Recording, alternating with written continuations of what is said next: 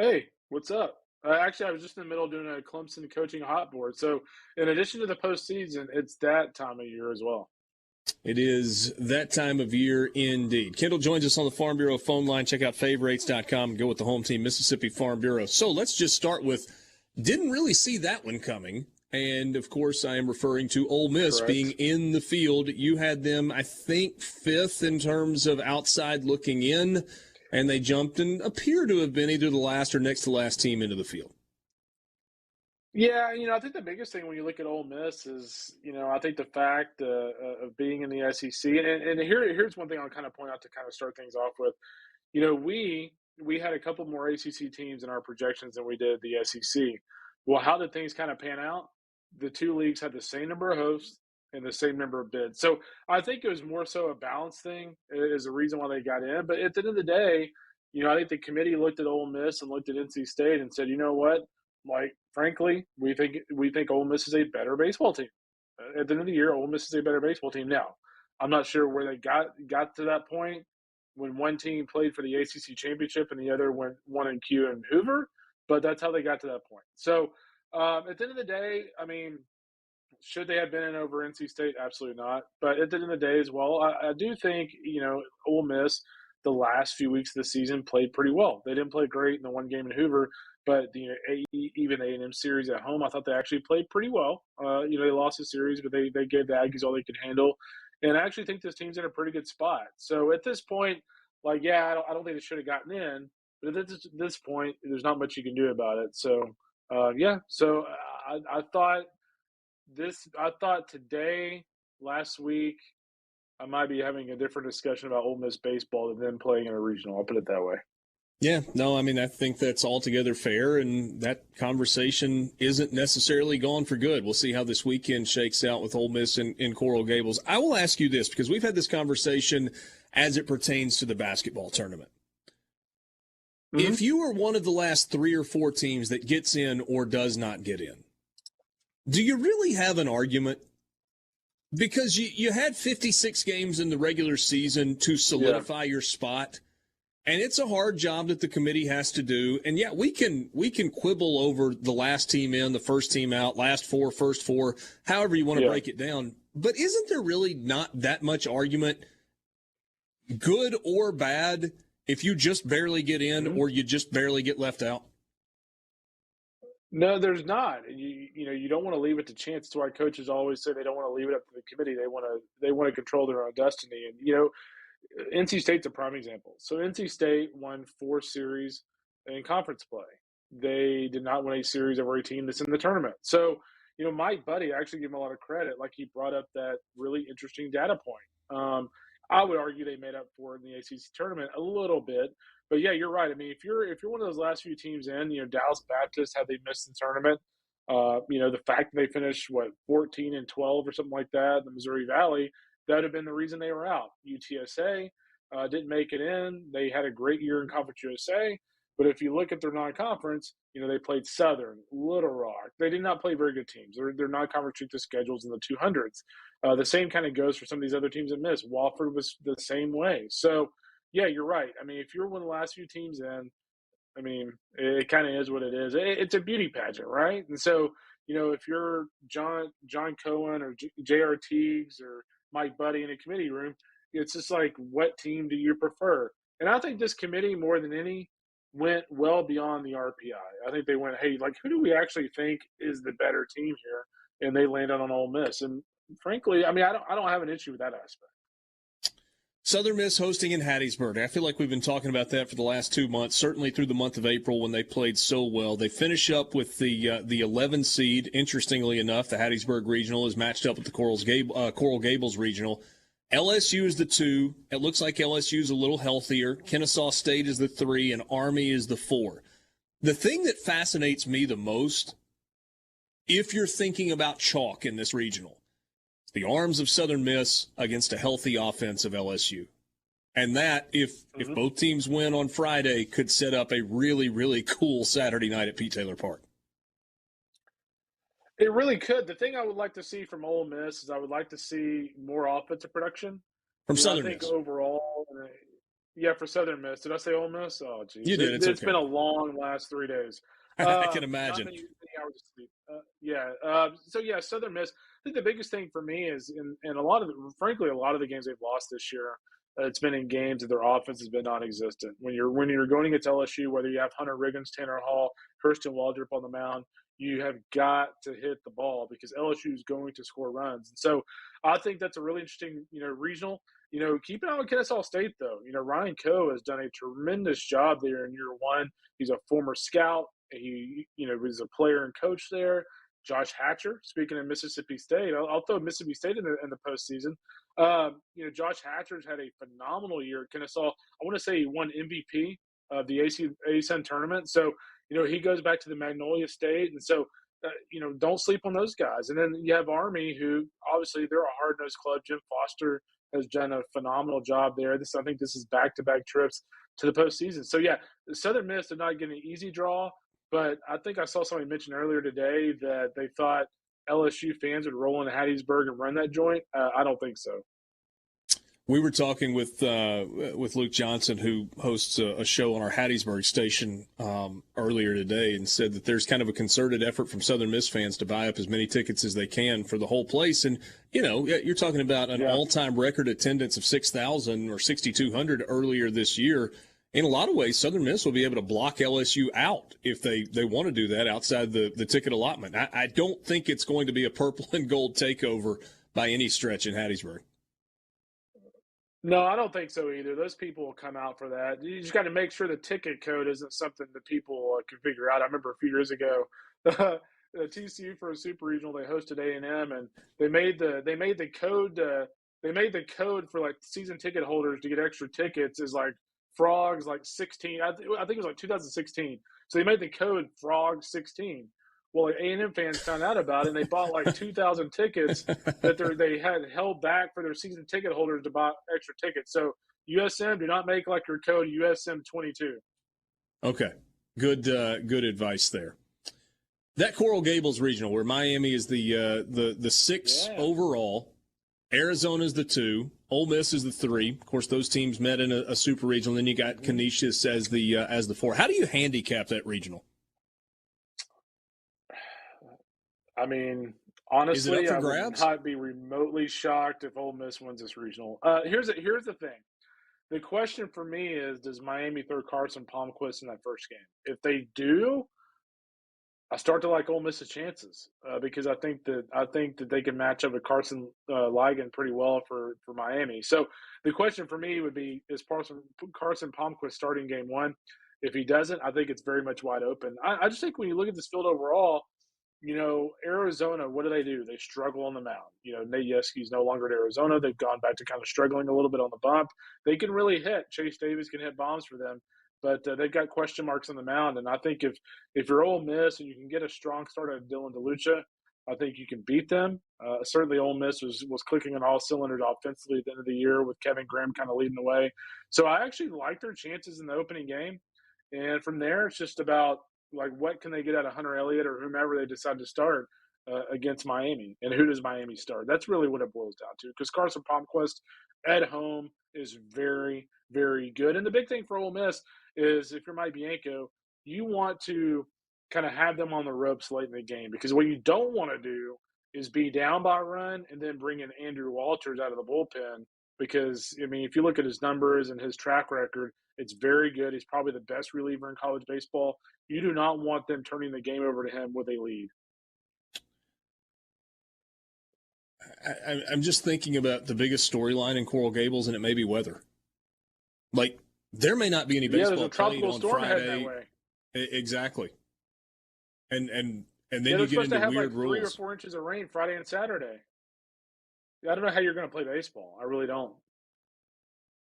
Play it Sunday, Monday, Tuesday? I don't know what they're going to do. So a few years ago, they had a regional with, I want to say, it was like Dartmouth, A&M, Miami, and they actually had to play Tuesday morning. But I think Tuesday morning was the absolute latest they would let them play. Okay. So I don't know. Hold that thought. We're going to continue with. Try to move it to Orlando. I doubt Miami's going to give that up. Let's press pause on baseball at d1baseball.com. I should first say, though, if this is the last time we visit this year, maybe we'll talk before Super Regionals as well. Thanks for doing this all season long. It's been really cool to just kind of have this consistent. You got it, we know man. we're going to talk awesome. on Tuesdays, and it's been a lot of fun. I think you know how much college baseball means in the state of Mississippi, and so I know our listeners appreciate it as well. There's been a lot of. I'll tell you what. I don't. Go ahead. No, go ahead. No, I was just going to say, I don't there are shows that want me to come on every week, and you guys are one of the very few. And a lot of it's because not only your passion, but also just your listeners' passion for college baseball. So thank you guys for caring about college baseball that much. Absolutely. I've heard a lot of people say this is Tennessee versus the field, Tennessee and everybody else. Is there that much separation in your mind between Tennessee as the number one overall seed and everybody else? I think there is. And, they had some tense moments at the SEC tournament where they were kind of tested a little bit. But, I mean, the thing about Tennessee is if you look at their final game against Florida, Florida's starting Carson Finvold, who, honest to God, had to look up who they were starting. I had no idea who he was. Who's Tennessee starting in Game 4? Drew Beam, who might be the National Freshman Pitcher of the Year. So that just gives you an idea how deep Tennessee is.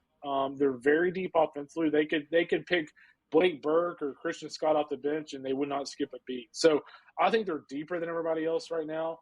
And there's a reason why, if you look at their RPI by percentage points, they are way ahead of Stanford and Oregon State in the RPI points. And I think they're way ahead of everybody right now. Stanford's probably the only team for me right now where I'm looking at them like, wow, these guys look pretty dang good. If you watch the Pac-12 tournament finale, they look phenomenal. What's the most entertaining regional out of the 16 sites? The one that you're like, you know what? I really, really want to see every game that's played. Yeah, I mean, I think you look at Auburn with, Auburn, Florida State, and UCLA. I mean, that's a fantastic regional. Obviously, Florida State with Parker Messick and Bryce Hubbard. UCLA with Max Ratchick and, the job that John Savage has done there. I think you look at, the Hattiesburg regional for me is really interesting. But overall, the most intriguing for me is Gainesville. Florida was one of those teams that, played well in the conference tournament, became a host, and the committee gave them a host. But I tell you what, they gave them a heck of a field, too. I mean, Central Michigan is a 4 seed. You're talking about a team that, for Mississippi State fans, I mean, what was it, 2 or 3 years ago? They were in Starkville for a regional. They were no slouch. They are still no slouch. Jordan Bishop continues to do a terrific job there. They've got one of the best pitchers in the northern part of the country, and Andrew Taylor. Then you look at the 2 and 3. Oklahoma for me might be the second or third hottest team in the country. They went 4-0 at the Big 12 tournament. They're really, really deep on the mound. And then you have Liberty. You gave Florida a team that actually beat them 2 out of 3 in Gainesville earlier this year. So I think that regional for me, I could see any team winning that. And actually, I include CMU in that. I think Central Michigan is an old team. They're a team that's been in multiple regionals. They're not going to be intimidated by these other clubs. Kendall, I can't help but look at College Station and think about the juicy storylines, right? Oral Roberts, traditionally a good program. Yeah. Obviously, TCU is the program that Jim Schlossnagle built. Kirk Saarloos is a guy that everybody knew was going to get that job, even though they went through the charade of a search. And then you got Louisiana that's just good every year, and they're competitive, and they swing it, and they can pitch it a little bit, and that's a fun one in College Station. Yeah, so the big thing for me when I look at this is the storyline for me and for from a team standpoint for A&M is Micah Dallas. So if you remember the Ole Miss series in Oxford, and really this has kind of been the same way A&M has been all year long. They'll win Friday, they get blown out in the second game, and they come back and win the third game. Well, in a regional, you don't want that being your recipe for success. Is basically just throwing the second game and just hoping you win the third and fourth game. If you're A&M, you need Micah Dallas to pitch the way he pitched against Florida in the SEC tournament. So that, to me, is the entire storyline from a on-field standpoint. Obviously, off the field, that's a huge storyline when you look at Schlossnagle and Saarloos. I don't think it was a very overly friendly split between TCU and Schlossnagle, and so he moves on. I can guarantee you the committee knew there wasn't a lot of love lost there, and it's just kind of ironic how that happens. And then you have Louisiana. If you remember back in our preseason preview, That was a club that I really, really liked in the fall when I saw them against LSU during fall ball. And it's taken them a while to kind of get their engine going a little bit, but they're playing really, really well. Will Vayon had a great Sun Belt tournament. They've got some nice pieces on the mound. The question for me is, can the Schultz kid actually start this weekend? I think he threw 148 pitches last weekend at a start for the Cajuns. So they may be down a couple arms this weekend, or at least very limited. If you are in Jim Schlossnagle's shoes, do you throw Micah Dallas in game 1 against Oral Roberts and then have Detmers to go in game 2 potentially against TCU? I think you do. Because here's my thing, and I'm kind of this way. Somebody's asking me about Lucas Gordon at Texas versus Pete Hansen against Air Force, because Air Force has one of the best Friday guys in the country. And the way I look at A&M is, if you're A&M, you start Micah Dallas, if you lose and you don't win that regional, guess what? If you're going to lose to ORU with Micah Dallas on the mound, I got news for you. You probably weren't winning that regional to begin with. And so that's how I kind of view things. I was just talking to Kevin O'Sullivan earlier today about, whether or not they're going to start Brandon Sprode against Central Michigan. And I kind of view it the same way. If you weren't going to beat, if you weren't going to beat Central Michigan with your number 2, you're probably not winning that regional anyway. So that's what I would do if I was in. Give me the 2 seed or the 3 seed that's got the best chance to win a regional. Do you go to Statesboro and look at Notre Dame and Texas Tech? Do you go to Coral Gables and look at Ole Miss in Arizona? Is it LSU and Hattiesburg? Where do you go? Yeah, I think I look at Statesboro. I mean, Notre Dame. I think Notre Dame's going to come in like skating hot. I mean, this is a club that should have hosted. They go on the road. They're going to have a little bit of chip on their shoulder this weekend. I think that's going to show in their level of play. But then again, you have Texas Tech, who, they've been here time and time again. And I just think when you look at 2 programs like that, one who went to Starkville last year in a super, and one who's historically just very good in the postseason, I just don't think that's a very good recipe for a team like Georgia Southern, who's hosting for the first time. There's going to be a lot of hoopla around that. So I like one of those 2 teams. I would actually put Coral Gables, up in the air a little bit. I think Arizona, Ole Miss, it's all about which one of those teams shows up, right? In terms of their own teams, like which, the bad or the good. Because Arizona, when I saw them at Globe Life opening weekend, looked awesome. Well, Arizona has not been very awesome at times this year. Ole Miss at times this year, particularly down the stretch, has looked very good. Like, hey, we got it going here. But as we all know, there's been other moments where you're kind of like, hey, let's get a new head coach. So, the question is which one of, the Ole Miss team shows up. So that's another one. And then the last one for me would be College Park. Again, I kind of go back to the schools who are hosting for the first time. That's a lot of pressure. That's a lot of limelight that they're not used to. And I look at Maryland with Wake Forest and UConn. Wake Forest had the number 6 RPI. Nobody really talked about them. And I kind of wonder if Brett Lauder and company is going to be pretty motivated. Then you look at UConn. Their RPI is not indicative of how good they are. They've had a great year. They've been very consistent. And don't be too surprised if UConn won that regional. Great head coach in Jim Penders. Great pitching coach. He's a little crazy. We'll see what it looks like with UConn. Last thing for you. He's the man. I love that guy. You got to help me with his name. I just can't remember it. Josh McDonald. That's it. He is that guy is so rough around the edges. But, his accent, when you hear him talk, he sounds like he's from, the east side of Brooklyn. And, when you talk to him, you're like, okay, I get it now.